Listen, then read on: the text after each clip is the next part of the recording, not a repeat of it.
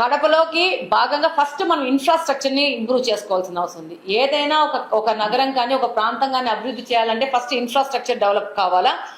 ఈ యొక్క సంవత్సరం అయింది మనం వచ్చి రోడ్డు వైడనింగ్స్ కూడా మనం ఆల్రెడీ ప్రపోజల్స్ పెట్టి 1 year అయింది. దానికి సంబంధించిన ప్లాన్స్ అధికారులు తిరుగుతూ ఉన్నారు.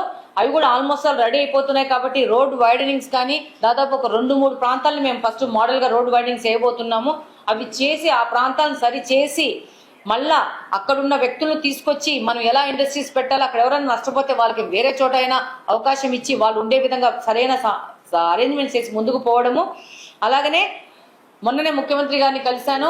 ఆయనకి చెప్పాను నాకు ఇన్ఫ్రాస్ట్రక్చర్ బాగా కావాలా. మన కడపలో దాదాపు 70-60% ప్రదేశాలకు అవుట్ సైడ్ కడప చుట్టుపక్కల ప్రాంతాలకు రోడ్లు లేవు. అది అందరికీ తెలిసిన విషయమే. కాలువలు లేవు. దీని మీద అడిగాను. సార్ చెప్పారు డెఫినెట్గా నువ్వు ప్రపోజల్స్ చేద్దాం అనుకున్నాము.